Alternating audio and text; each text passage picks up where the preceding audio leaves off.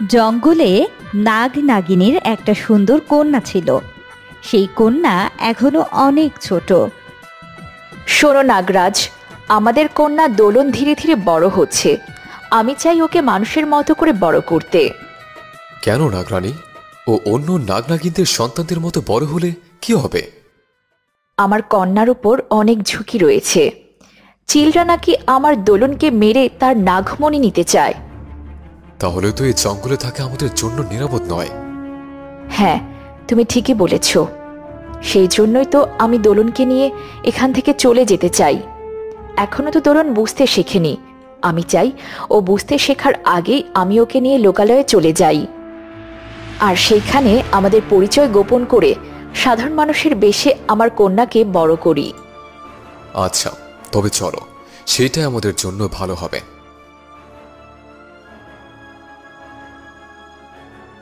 তারপর নাগ নাগিন তাদের কন্যা দোলনকে নিয়ে চলল মানুষের সাথে সাধারণভাবে জীবনযাপন করতে।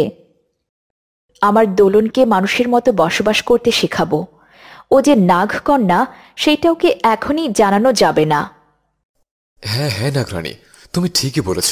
ওর কাছে আমাদের পরিচয় গোপন রাখতে হবে। এইভাবে দেখতে দেখতে দোলন অনেকটাই বড় হয়ে ওঠে। সে এখন ভালো মন্দ বুঝতে শিখেছে।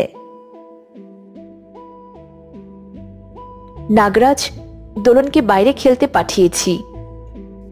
এখন ও ফিরে আসার আগে চলো নাগরাজে যাওয়া যাক। হ্যাঁ, চলো নাগরাজ। তারপর নাগ নাগিন নিজেদের মানুষ চেহারা বদলে নাগ নাগিনের রূপ নেয়। এরপর তারা দুজন একসাথে জঙ্গলে নাগরাজ্যে যায়। কিন্তু দোলন জানতেও পারে না যে সে সাধারণ মানুষ নয়। তার মা বাবাও মানুষ নয়, নাগ নাগিন। এইভাবে বেশ কিছুদিন কেটে যায়।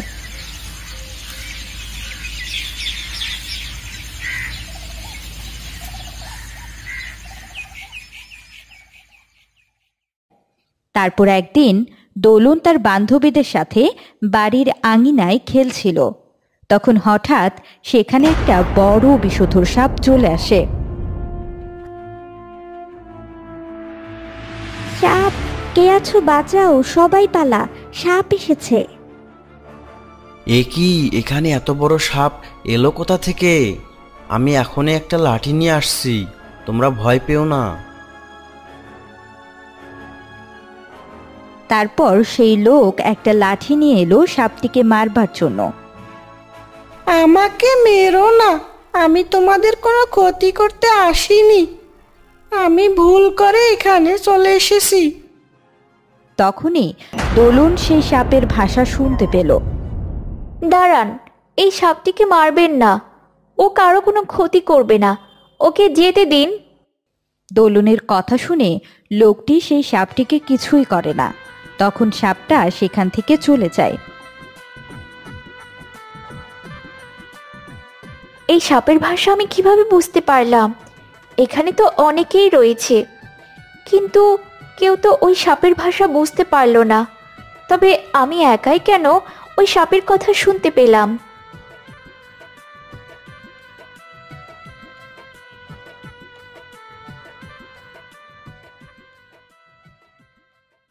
আর তার বাবা মাকে গিয়ে সব ঘটনা খুলে বলে।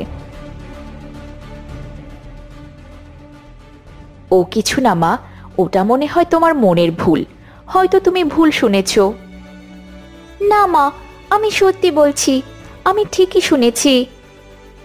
নাগরানী, অনেক হয়েছে। এখন আর ওর থেকে কিছু লুকিও না, সবকিছু ওর জানার সময় এসেছে।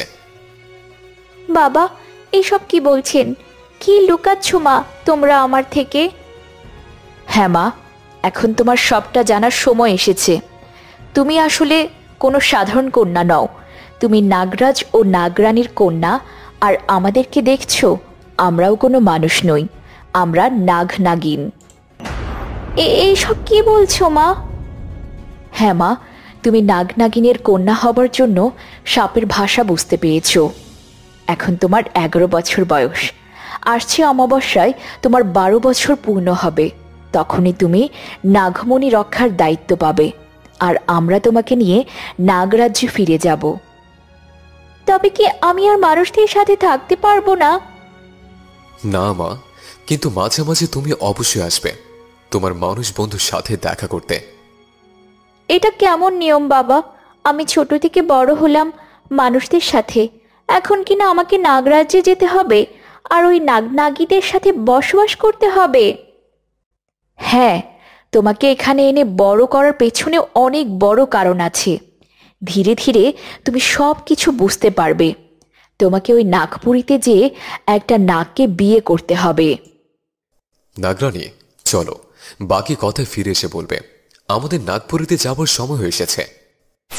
এ কথা বলে নাগরাজ ও নাগরানী নিজেদের আসল রূপ ধারণ করে আর দুজন একসাথে ঘর থেকে বেরিয়ে পড়ে। তখন দোলনও হাঁটতে হাঁটতে ঘর থেকে বেরিয়ে একটা জঙ্গলের মধ্যে যায়।